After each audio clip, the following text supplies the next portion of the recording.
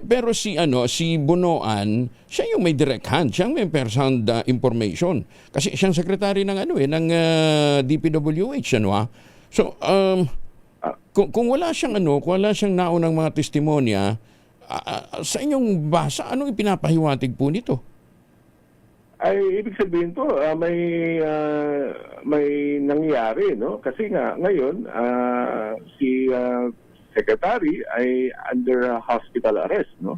Siya ay nakasuhan na ng plunder. Siya ay syempre gipit sa gipit sa panahong ito, no? Syempre hospital arrest siya kasi siya ay ginagamot or ina-assess yung kanyang medical condition. Pero ano ang mangyayari kung siya ay halimbawa i-discharge at idalhin doon sa regular na jail facilities?